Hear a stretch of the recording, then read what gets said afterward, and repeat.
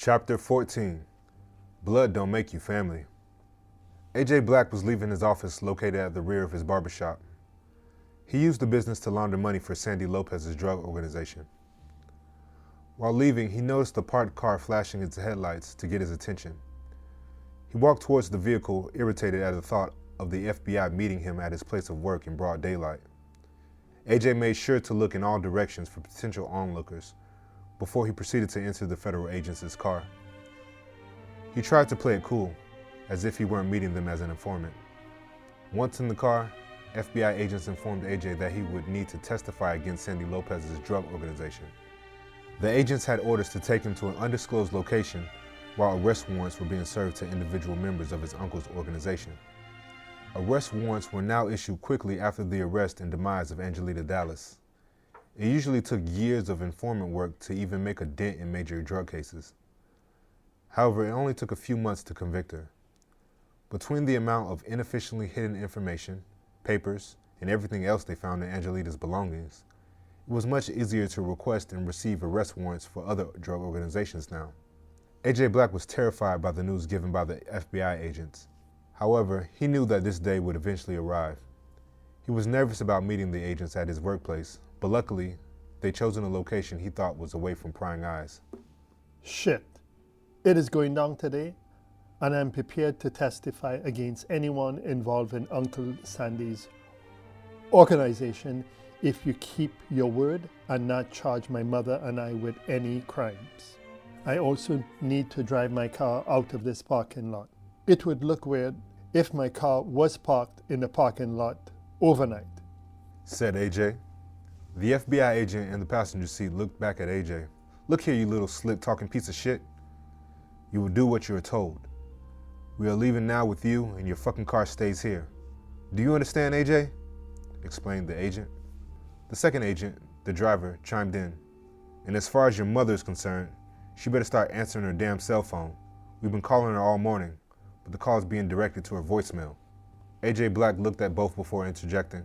My mother is not going to answer any phone call from a no ID phone number. Please go to her house and arrest her there. I can explain our arrangements to her once she is safe with me. Okay, we can do it your way, AJ, the agent in the passenger seat spoke. However, our top priority is to get you to our safe house immediately. We plan to serve arrest warrants within hours from now. As the men pulled out of the barbershop parking lot towards their safe house location, in their haste to get things done, they hadn't realized they were being watched. One of the barbers had come out of the barbershop for a cigarette break and had seen AJ leave with the FBI agents. He even noticed AJ's car still parked in the parking lot. The barber quickly pulled out his phone and dialed his contact in Sandy Lopez's organization, and he informed him about this occurrence. To say Sandy Lopez was furious would be an understatement. After being informed of his nephew's meeting with the FBI, he didn't just feel betrayed, he felt disrespected. The contact had informed the barber to leave the barbershop immediately and followed the FBI agent's car. The barber jumped in his car and followed. He provided Sandy Lopez with the information while pursuing the agents. Sandy Lopez started destroying his mobile home as he thought about his nephew's betrayal and the consequences of his actions toward his organization. His rage could not be hidden from others. The news of AJ Black's working with the federal government was blindsiding. Sandy saw red. The time for planning a subtle solution was over. He wanted to eliminate AJ, now. Sandy gathered his men into his double-wide mobile home to inform them of his exodus plan. He also called his sister to inform her of AJ's cooperating with the FBI to destroy their family's drug organization. Malia, can you believe your half-black-ass son has turned against his own family?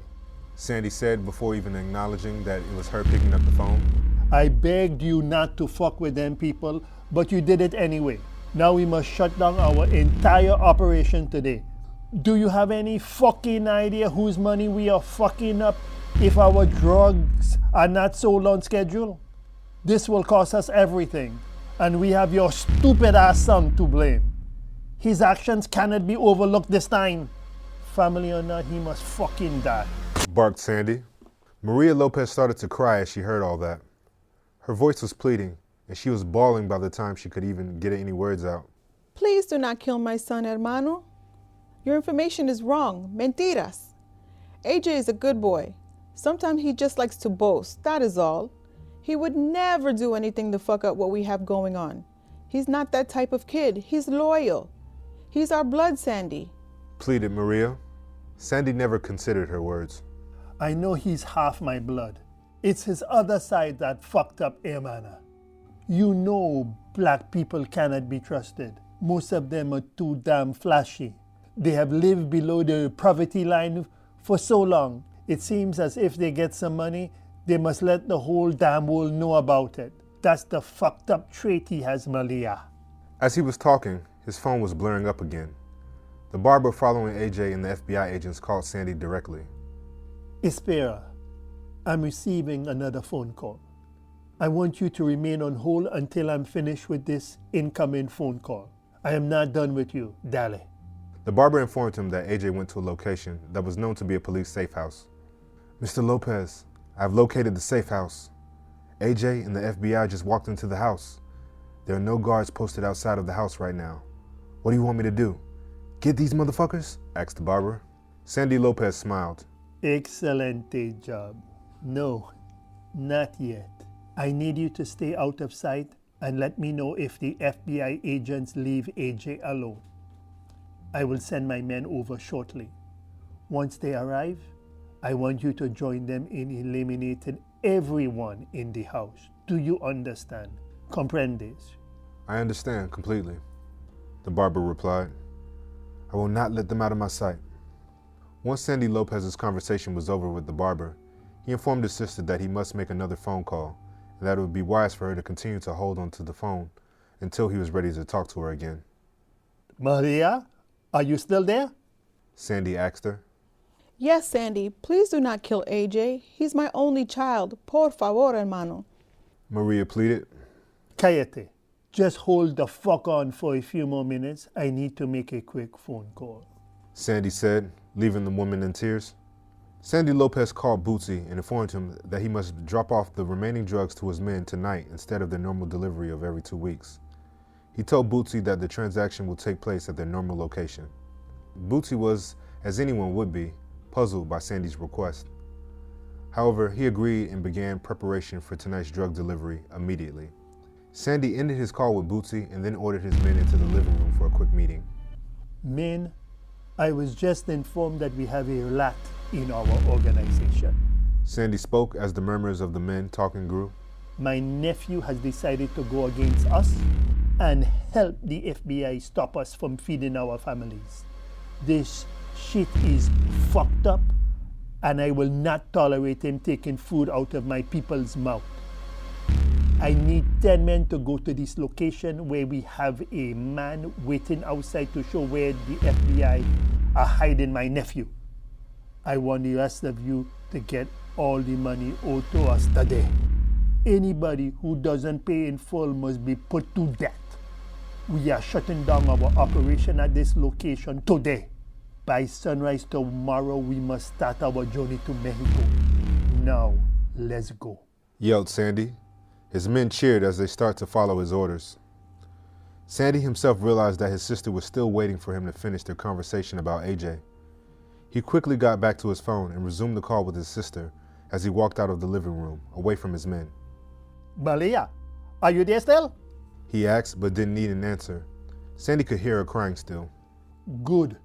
I curse the day that you conceived your son. We can only pray that the cartel shows us mercy for AJ's treachery. It's out of my hands now, Informed Sandy. Is there anything you can do to avoid them killing him, Sandy? She pleaded and sobbed, but Sandy interrupted. At this point, AJ made a decision that would cost him his life. He did it to himself. Querida. His voice had gone flat, unemotional, without empathy. Sandy Lopez went back to the living room and turned towards his remaining men before ending the phone call with his sister. He wanted Maria to hear his final order to them. Men, once everyone is in position and have the necessary firepower and explosive, kill everybody in the safe house. I want no witness. I expect this to be done before we leave for Mexico in the morning. Sandy commanded.